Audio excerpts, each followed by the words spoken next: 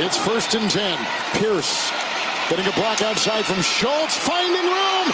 There he goes. It's a foot race with Tavai and Gonzalez, who pushes him out before he hits the pylon. No, they give it to him. It's a touchdown. A 54-yard touchdown run. Damian Pierce. Kevin Harlan's voice is a deep steel blue pill for me. All right, guys. Happy Monday. It's October 14th, 2024.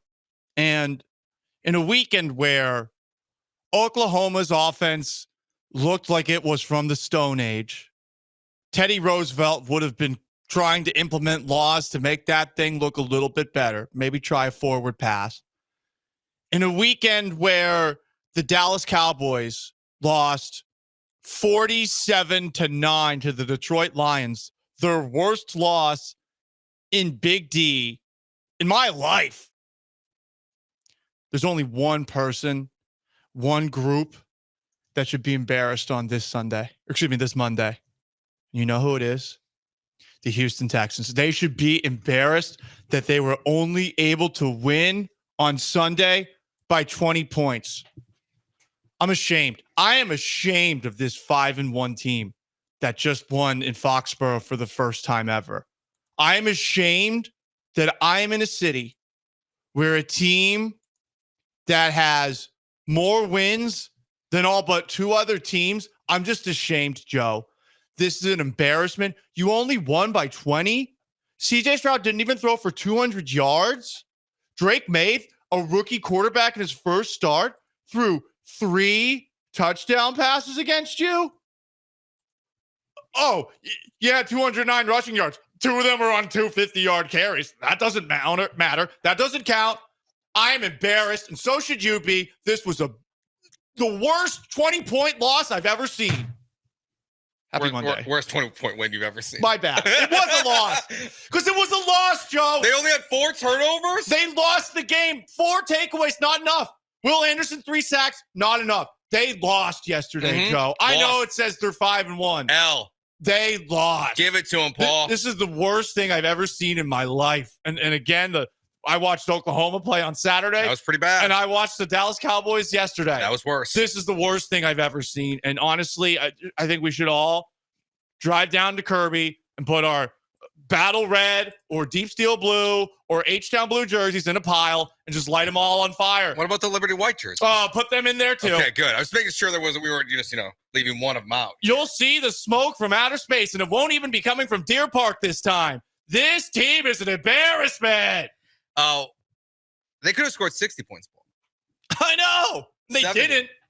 They didn't. I mean, we had people saying last week on the text line that they were going to win 69-0. They didn't do that. They benched CJ Stroud in this game for Davis Mills. And you know what? They should have done it earlier. Mm-hmm. They should have done it earlier. I think that might have been where you took it a little too far. All right.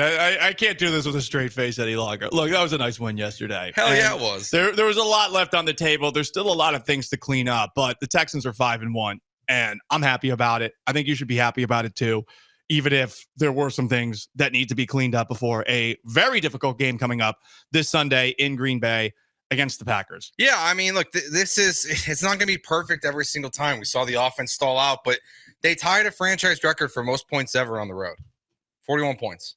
They won in a stadium in which they've never won before. Now, look, it's only 7 games, and there's no Tom Brady in this game, of course, but this is a good win. They scored 41 points in an NFL game. I mean, yeah, the Lions outdid you a little bit because we think the Cowboys might be the key word here.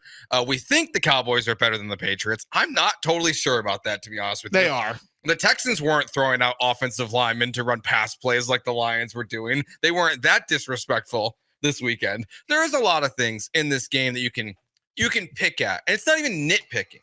There's tangible things that you can say the Houston Texans need to improve on in this game. But they won 41-21. Won by 20 points in the NFL. It was a great Sunday. Finally got a blowout win. You can check that off on things that you wanted to see from this team this year. And yes, a lot of season left. They have a lot of tough games left. They will play Detroit this year. They will play the Ravens, who won a 4th straight game. They will play the Chiefs, who still haven't lost, and have this weekend off. But it's another step in the right direction, and a game where it really never felt in doubt, even at right before halftime when Drake May hit Keyshawn Butte, who burned Derek Stingley down the right sideline for that touchdown. I was annoyed, and I would have totally understood any complaints after a win by less than 10. I'll still hear some of those complaints today, but ultimately they put the pedal to the metal. Mm-hmm. Okay, I've never been sure on that one. I've never seen the spelling of it, and I just kind of roll with it. What else would it be? The pedal to the medal, or the petal to the metal? I'm not sure anymore now. What? You don't know what you just broke my brain. Well, listen, a little bit. I mean, here's the thing. This whole segment, it's about breaking brains. Okay. I want to confuse as many people as possible. Annoyed is the right word, because we were watching Sean and I and Brian inside ESPN Bet, and we all, I think, had the Texans -6.5, or at least 2 of us did. And I know you had -6.5 for the Texans in the pick 6. And I was like, they're not going to cover this game. I was like, they're going to win this game, but they're not going to win by touchdown. Mm-hmm. And then they smashed them in the second half. What was your favorite part of the game? My favorite part of the game, it's interesting because watching this game, I have mixed feelings like you did earlier this year. I grew up rooting for the Patriots, but they're wearing these foreign uniforms that I've never seen them wear. Tom Brady's not there. Bill Belichick's not there. Gerard Mayo's there, and he's wearing a hoodie. And my God, I can't believe that guy's 2 years younger than D'Amico Ryans. He looks old, right? He looks fat. Well, that definitely that. They were both wearing hoodies. I don't know why, because it didn't seem like it was cold or even brisk out there in Foxborough, Massachusetts. And Gerard Mayo looked as schleppy can be. I think they were just paying tribute to Bill Belichick wearing hoodies. I guess, but I mean, Gerard Mayo seems to be paying tribute to his diet as well. I mean, I can't believe Mayo used to play in the NFL. Based off of what I saw, Mayo did not look like an ex-NFL player unless he used to be an offensive lineman or something like that. And D'Amico looks like he could still put on the pads and listen. As someone who is totally fine complimenting another man's appearance, D'Amico Ryans is objectively hot. He's a good-looking guy. He is. Fair. And I mean, Gerard Mayo not looking so good, but that team foreign to me. I was a little happy to see Drake May out there, but for me, really, it was about how, 1, dominant Will Anderson was, and 2, that while this running game I still have questions about, because I don't know that Bobby Slowick's ever going to be able to get it to look the way that it looks with Kyle Shanahan. When they have guys who have talent out there, Joe Mixon and Dameon Pierce, who I have been beating the drum for a while, he has a lot of talent. When those guys can give you a couple of explosive plays, maybe that's all you need out of this running game. I mean, what Joe Mixon just looked, I know he said he was just kind of, waiting to get out there to get fully healthy. He looks so good. And with the exception of the goal line play, where he ended up like this, horizontal. And didn't explain the hand motion he was horizontal, and he went straight into the offensive line. Oh, yeah, when he went backwards. He got completely stuffed. Yeah. Besides that play, Joe Mixon was very good in this game. So it is amazing how much easier it has looked for the Texans in the 2 games in which he's been highly effective. The Colts game and this one. It's just, you don't need CJ Stroud to throw for 300 yards because you have your running backs moving the ball down the field in chunks at a time, just making it so much easier for this team. Joe Mixon was very impressive. It was a nice run from Dameon Pierce. And it felt like he also was close to that earlier in the game. It didn't feel like Pierce was it felt like that breakout was coming, that he was going to get a long chunk run at some point in this game. So if they can do that, they can help make life without Nico Collins so much easier. So much easier. This is a pretty good Patriots defense. I would say it's better in the secondary than it is against the run.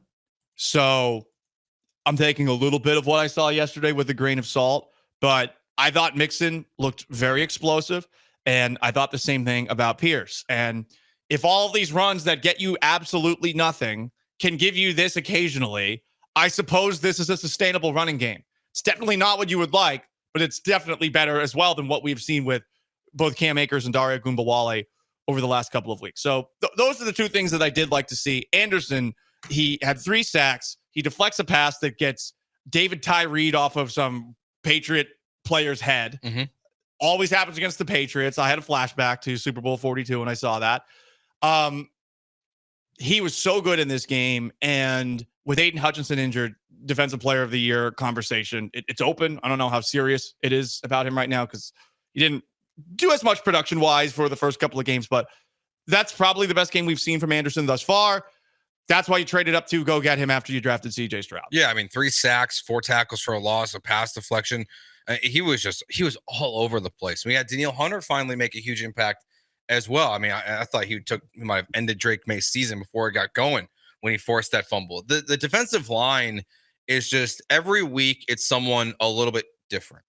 Like that's what, this offseason when they brought in all of these guys on the defensive line, this is kind of what you would envision it to be, is every week it's someone else getting to the quarterback. This week, Will Anderson, 3 sacks.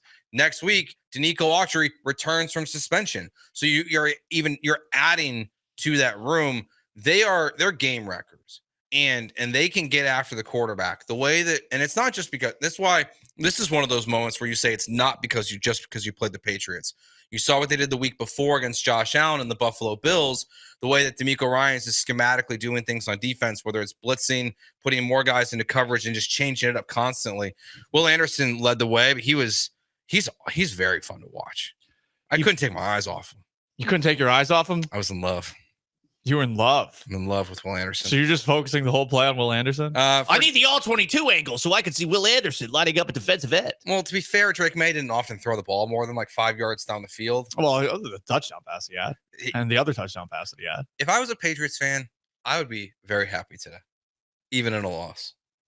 I would say first impression from Drake May is a very positive sign. First couple of passes looked rough, but Yep. as the game wore on, he certainly looked a lot better. He's Joe George. I'm Paul Gallant. 713-780-3776 to call, to text. You can join us on YouTube as well, at ESPN Houston, on Twitch at ESPN 975.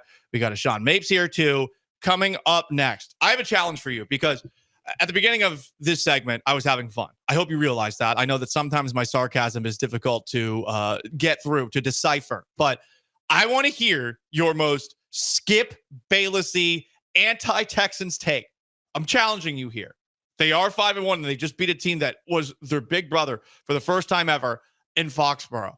So there are things to be happy about today, but I want your biggest anti-Houston Texans, Zach.